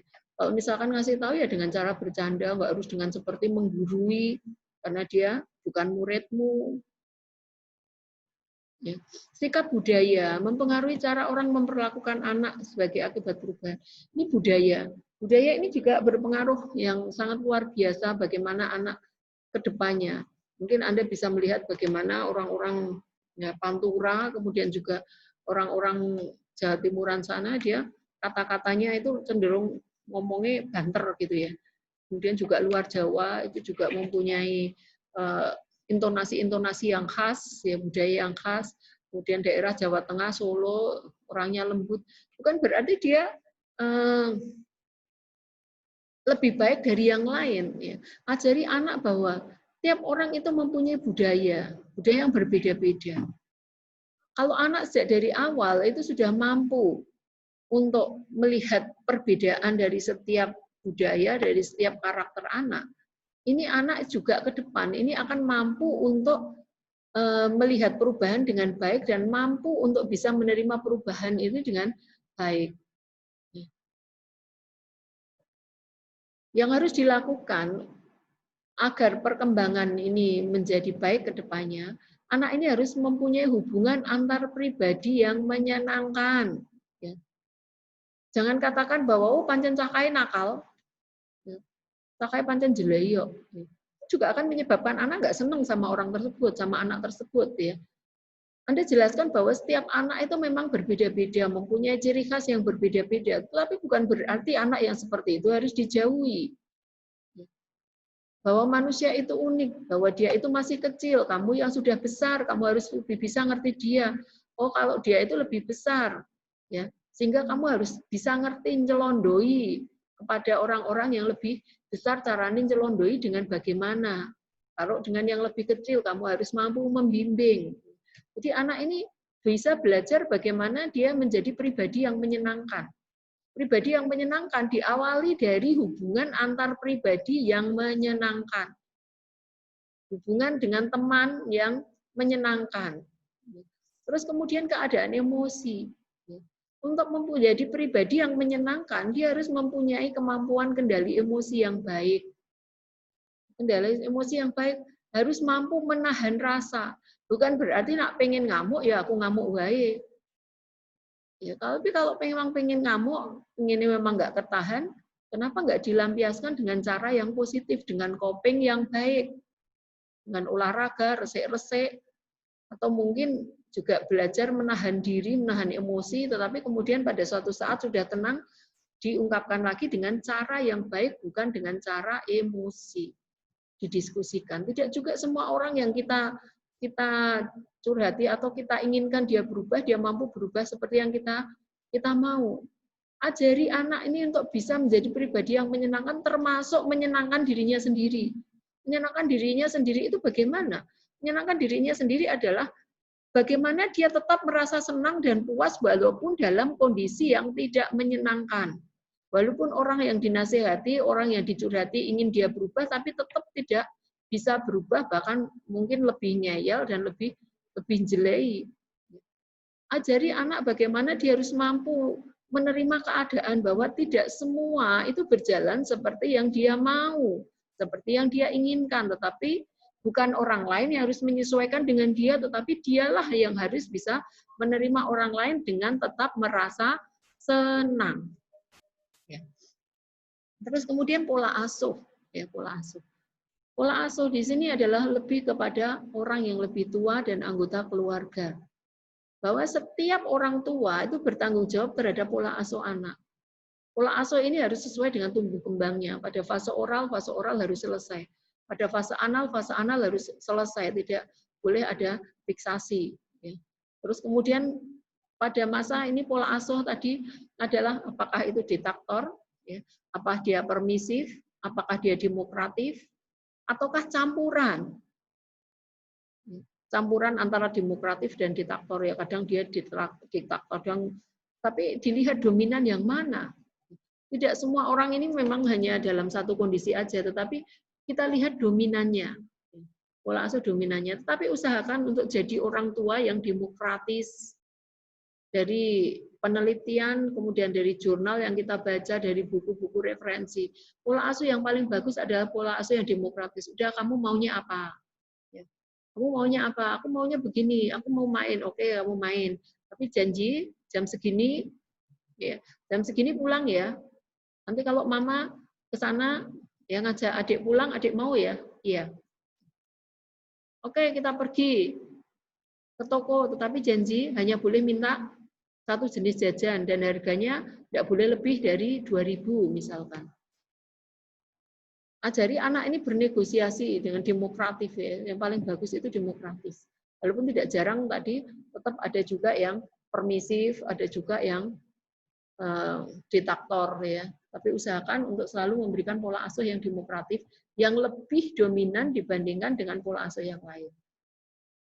Ini peran dalam keluarga, ini biasanya anak sulung dengan anak bungsu. Anak nomor 2, ini biasanya seperti yang saya jelaskan tadi, anak nomor 2 itu dia biasanya sosialisasinya lebih bagus. Ya, karena dia survive dengan dirinya sendiri. Dia mampu melihat bahwa aku mampu mencari peluang itu di mana. Bersaing dengan yang gede, nggak mungkin. Bersaing dengan adik udah terlanjur dicuekin tiap hari. Sehingga akhirnya dia mencari hidup dengan dunianya sendiri. Sehingga anak ini mempunyai kemampuan sosialisasi yang baik. Anak yang sulung tadi biasanya dia cenderung cuek, ya, cenderung cuek, kemudian juga biasanya cerdas, ya, cerdas. Tapi dia juga biasanya yang lebih bertanggung jawab. Anak bungsu seperti tadi, biasanya anak bungsu ini cenderung dilindungi, dan dia mbok sampai gede tua jadi anggap cilik terus, jadi kongkon-kongkon wae karo Mbak Yuni kakang nih. Ya. Kalau Anda punya orang tua anak bungsu itu biasanya sama Pak D ini ya dikongkoni wae.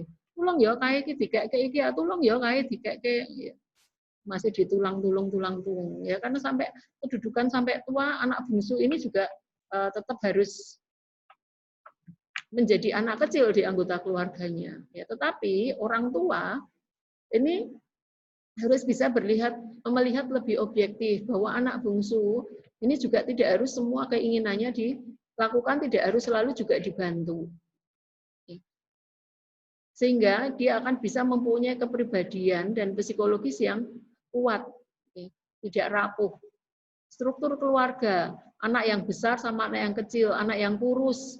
Anak yang kurus, sakit-sakitan ini cenderung banyak diperhatikan, anak yang gede dianggap bahwa dia cukup makme, dia mampu. Padahal dia hanya bongsor badannya aja. Badannya bongsor. Ya. Tapi dia secara umur masih kecil. Ini biasanya, ini diperlakukan juga seperti anak besar. Sedangkan anak yang kecil, walaupun dia umurnya sudah cukup, itu ya tetap diperlakukan seperti anak kecil. Ya. Sehingga akhirnya dia anak yang kecil-kecil ini biasanya sampai tua pun juga terlihat lucu. Terlihat lucu dan juga sering diperlakukan seperti anak-anak juga. Ya. Orang yang besar ya, yang besar ini juga dianggap bahwa dia lebih dewasa, lebih temua, padahal belum tentu. Nah ini di dalam struktur keluarga ini juga harus diberikan pengertian bahwa walaupun dia bongsor, kalau dia itu usianya masih dalam anak-anak, usia tahapan tumbuh kembang, ya dia harus diperlakukan seperti itu. Termasuk juga lingkungannya harus tahu bahwa dia itu masih anak-anak, belum usia anak sekolah, ya, walaupun badannya gede gitu ya. Di sini dibutuhkan rangsangan dari lingkungan untuk bisa lebih mengerti bagaimana posisi, kedudukan, dan kondisi anak. Ini tadi sedikit tentang belajar sudah kita singgung ya, bahwa kita harus melihat kemauan anak untuk belajar dan kemudian minat belajar anak. Kalau dulu kita ngelesi itu seringkali dileske pada mata pelajaran yang kita dapat nilainya rendah. Tapi kalau untuk sekarang tidak. Justru belajar diperdalam pada mereka yang mempunyai minat dan bakat kemauan belajar di bidang apa. Dia suka gambar, ya udah diasah aja kemauan untuk belajar gambarnya. Minat gambarnya dibelajar, terus yang lain gimana Bu? Yang ditinggalkan tidak, tetapi yang sudah dia mau, kenapa harus dipupus? Kenapa nggak justru diasah? Kalau dia nggak senang, kenapa dipaksa? Yang biasa biarin biasa, tetapi yang sudah biasa ini jadikan luar biasa gitu. Yang sudah luar biasa jadikan lebih spesial gitu ya. Terus kemudian juga pada kesiapan belajar anak ini lihat juga kemampuan anak untuk bertahan. Bertahan. Jadi kadang ada anak yang anggot-anggotan ya. Sekarang dia mau terus besok enggak. Ya. Ajari bagaimana anak ini bisa mempunyai kemampuan minat yang menetap. Ingatkan bahwa janjinya, ajari dia untuk mengenali dirinya sendiri, bahwa dia sudah mempunyai tahapan-tahapan yang berubah. Dia harus belajar komitmen, dia harus belajar bertanggung jawab, dia juga harus belajar menjadi orang yang mempunyai kehidupan sosial yang baik dan seterusnya, sehingga diharapkan dia akan mempunyai kemajuan yang baik dengan semua latihan-latihan. Latih juga olahraga, terus kemudian juga untuk melatih daya konsentrasi dan sebagainya itu dibutuhkan banyak hal. Ini masih banyak sih. Perkembangan berguna untuk mengukur kematangan anak, ya, untuk perencanaan pendidikan, persiapan untuk tahap berikutnya, perencanaan pekerjaan, terus nanti bagaimana dia mengadop dari semua yang sudah ada ini. Jadi kalau tadi misalkan anak ini pintar gambar, Anda asah kemampuan gambarnya dia, sehingga kelak Anda bisa melihat anak ini besok diarahkan jadi apa. Arsitek, untuk jadi arsitek itu dia harus mempunyai kemampuan apa? Berhitung. Bukan hanya pintar gambarnya, atau kemampuan berhitung dia, itu juga harus dilihat. Apakah dia kurang? Kalau kurang ya diasah. Ini untuk apa? Untuk persiapan tahap berikutnya. Juga untuk apa? Untuk perencanaan pekerjaan. Terus kemudian kalau dia sudah mempunyai perencanaan pekerjaan, bagaimana anak ini mampu mengadop semua yang Anda rencanakan ini dengan baik. Ajari agar anak ini mempunyai kematangan tadi dia tetap ya. Jadi dia tetap nggak mudah bosan. Nah supaya anak ini nggak mudah bosan ya itu tadi ajari anak untuk konsentrasi dengan cara apa? Menggambar, dengan cara olahraga yang membutuhkan konsentrasi tinggi, nangkep bola, terus kemudian mungkin memanah dan sebagainya, itu membutuhkan konsentrasi tinggi.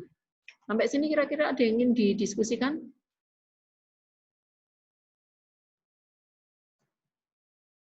Ini saya rasa untuk faktor perbedaan individu ya, setiap anak mempunyai perbedaan dengan pola asuh yang sama, dia tumbuh di lingkungan yang berbeda, anak di keluarga, anak pertama, kedua, ketiga aja udah berbeda, padahal dia tumbuh di lingkungan yang sama. Genetisnya dia sama, tetapi dia mempunyai perbedaan karakter. Hanya karena apa? Karena kedudukan. Pola asuh, bukan hanya sekedar lingkungan, pola asuh ini juga memegang peranan penting kenapa individu itu berbeda. Kalau dari sisi genetis ya mungkin dominan, dia dominan genetisnya ayah atau ibu. Dominan dulu waktu anak-anak dia dekatnya ke ayah atau ke ibu. Dia lebih dekat ke ibu, terlalu dilindungi ibu, dia dominan akan cenderung menjadi seperti ibunya. Sedangkan ya, kalau dia lebih dekat ke ayah, ya dia akan cenderung menjadi seperti ayah. Dan harus kita ingat bahwa pada fase palik, ini masa prasekolah itu sebetulnya pertemuan yang akan datang ya kanak-kanak akhir ya. Itu dia harus mempunyai kedekatan dengan jenis kelamin tertentu. Akan kita bahas pada pertemuan yang akan datang. Ini sudah kita kupas ya kemarin ya. Ada yang ingin didiskusikan di sini? Kalau tidak ada, silakan kelompok untuk menjawab pertanyaan tadi.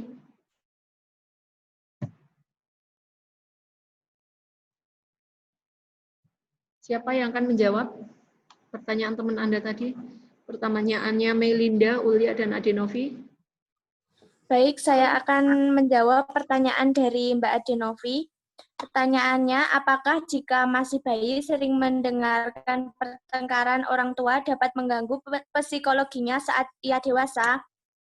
Jawabannya iya. Jika bayi terlalu sering mendengarkan orang tuanya bertengkar, akan mempengaruhi psikologinya saat dewasa, karena otak bayi bersifat plastik. Artinya, ia dapat berkembang sesuai lingkungan dan pengalaman. Pertengkaran yang terlalu keras mempengaruhi cara otak si bayi untuk memproses emosi dan stresnya, yang akan berdampak pada bagian cerebellum kecil yang berhubungan dengan regulasi stres dan akan terbawa sampai ia dewasa. Apakah sudah jelas, Mbak Ade? Sudah jelas, Mbak Ana. Terima kasih, Nggih. Sama-sama. Oke, pertanyaan yang lain dari Melinda dan Ulia. Silakan untuk dijawab. Baik, jadi di sini saya akan menjawab pertanyaan dari Mbak Melinda. Tadi Mbak Melinda bertanya pada bayi yang lahir prematur berisiko mengalami gangguan pada perkembangan psikologinya. Iya, jadi bayi yang lahir prematur memang lebih rentan mengalami berbagai gangguan kesehatan daripada bayi yang terlahir normal atau cukup bulan. Nah, salah satunya adalah meningkatnya risiko gangguan kesehatan mental. Nah, gangguan kesehatan tersebut kemungkinan besar terjadi karena bayi itu lahir sebelum perkembangan otaknya sempurna. Jadi, harus ada perubahan signifikan dalam merawat bayi prematur daripada bayi yang normal. Salah satunya adalah teknik bantuan pernafasan untuk memastikan oksigen sampai ke otak bayi dengan cukup. Sehingga banyak bayi yang lahir prematur yang perkembangannya sebaik bayi yang lahir cukup bulan. Dan risiko gangguan psikologinya dapat diminimalisir. Apakah jawabannya bisa diterima, Mbak Melinda? Iya, sudah cukup jelas. Terima kasih, Mbak Wiantin.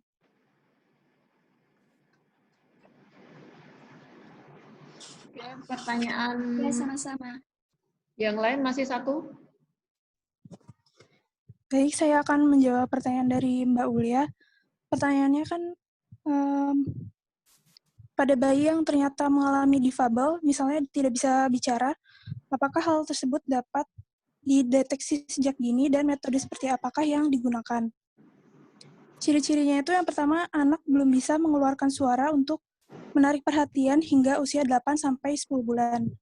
Yang kedua, belum mampu mengeluarkan kosakata seperti mama atau papa.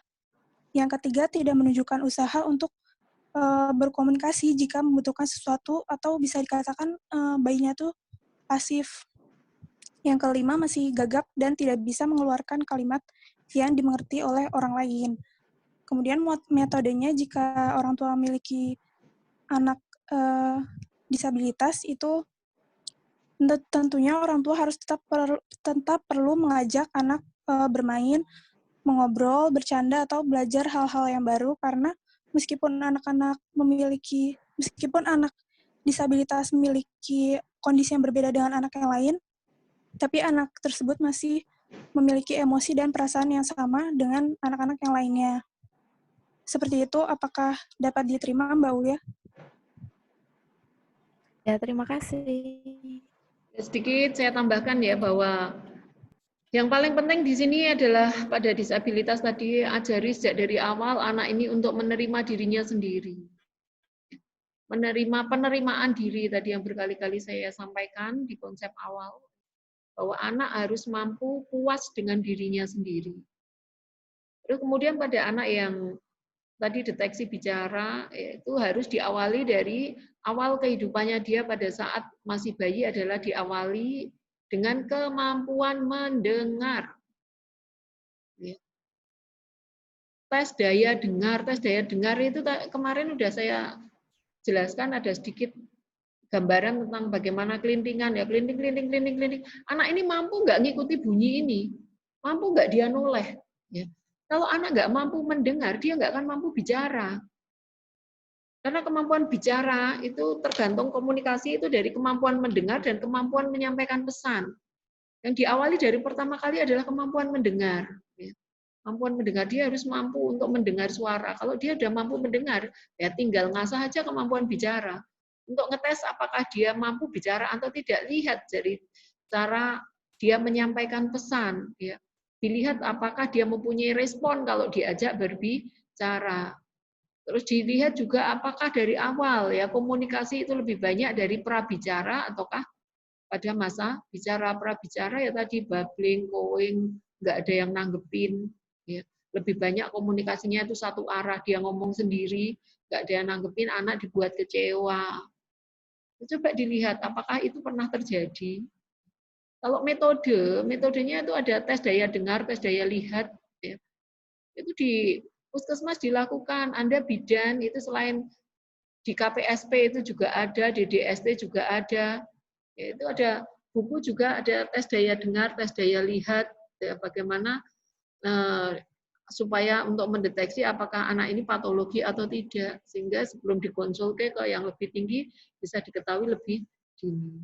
Tapi yang paling dini Anda bisa ketahui ya tadi dengan cara untuk melihat kemampuan daya dengarnya dulu, apakah daya dengarnya dia baik atau tidak.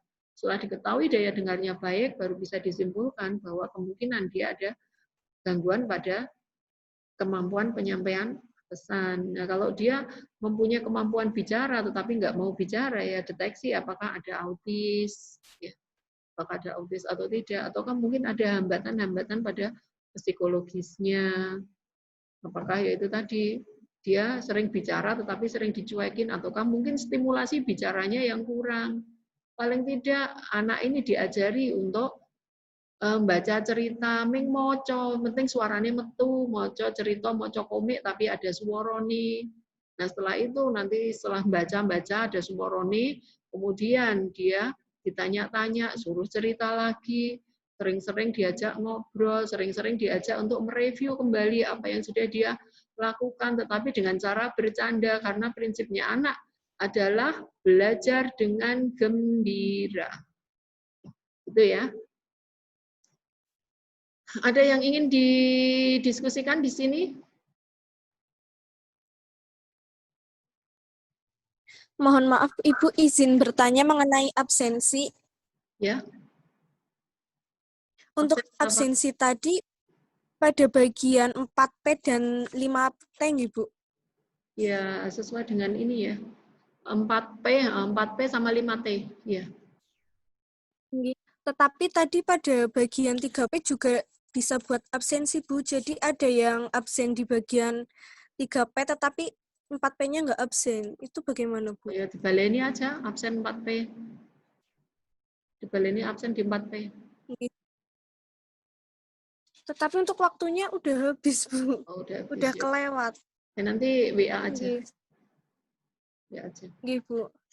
Oke, kalau Terima ada kasih, lagi Bu. ada yang didiskusikan lagi? Tidak ada? Kalau tidak ada, silakan untuk memimpin doa. Ini masih ada pelajaran lagi enggak? Enggak ada kan? Tidak ada, Ibu. Kalau Ada. tidak ada, silakan untuk dipimpin doa. Ya. Baik, teman-teman. Marilah kita berdoa untuk mengakhiri pelajaran pada sore hari ini. Kita berdoa menurut kepercayaan kita masing-masing. Berdoa dimulai.